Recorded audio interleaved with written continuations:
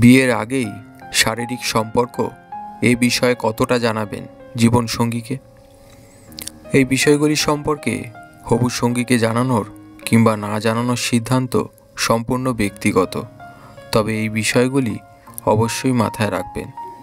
বিয়ে মানেই সম্পূর্ণ নতুন জীবনে প্রবেশ, তাই অনেকেই মনে করেন নতুন জীবন শুরুর আগে জীবনসঙ্গীকে সমস্তটা জানিয়ে রাখাই ভালো। তবে কতটা জানাবেন আর কতটা জানাবেন না, সেই ব্যাপারে অনেকেরই দ্বিধা দ্বন্দ্ব থাকে। ব্যক্তিগত জীবনের একান্ত ব্যক্তিগত এই বিষয়গুলি হবু সঙ্গীকে জানানোর কিংবা না জানানোর সিদ্ধান্তটা পুরোপুরি ব্যক্তিগত।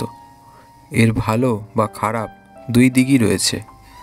বিয়ের আগে অতীতের শারীরিক সম্পর্ক নিয়ে আলোচনার ভালো ও খারাপ দিকগুলো দেখে নিন। সদ্য বিবাহিত জীবনের আনন্দধারায় গা ভাসিয়ে অনেকেই কাটিয়ে দেন প্রথম কয়েক মাস কিংবা কয়েক বছর, কিন্তু সারা জীবন একসঙ্গে থেকে সব ধরনের আলোচনায় কতটা গোপন রাখা সম্ভব অতীতকে, যদি না লুকোতে পারেন বা অন্য কেউ জানানোর আগে নিজেই জানিয়ে দিন। অতীত থাকাটাই স্বাভাবিক। নিজের অতীত জানানোর আগে সঙ্গীর অতীত মেনে নেওয়ার মানসিকতা তৈরি করুন, তবে সেটা বিয়ের আগেই। অতীত সম্পর্কে খোলামেলা আলোচনার মাধ্যমে সঙ্গীর শারীরিক সম্পর্ক বিষয়ক পছন্দ অপছন্দগুলো জানা যাবে। তার ফলে আপনাদের দাম্পত্য জীবন রঙিন হতে বাধ্য, বিশ্বাস করতে সাহায্য করবে। দুজন দুজনকে দুজনের মতো করে মেনে নেওয়ায় সম্পর্কে বিশ্বাস গড়ে অবাধ, যা আপনাকে বুঝতে সাহায্য করবে আপনার সঙ্গী কতটা বোঝে আপনাকে। হবু সঙ্গীর অনুভূতি।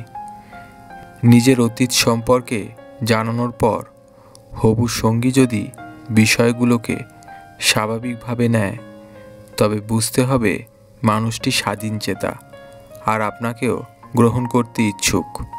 অস্বাভাবিক আচরণ করলে, অনেকেই আছেন যারা কথায় নয় আচরণে বোঝান।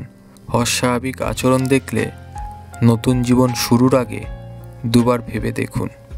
সঙ্গীর অনুভূত যাই হোক না কেন, আপনি কাউকে মিথ্যে বলে কিংবা সত্য গোপন করে ঠকাননি, তাই স্বীকারোক্তির ফলাফল যাই হোক না কেন কোনো রকম আপনার অপরাধবোধ থাকা উচিত নয়।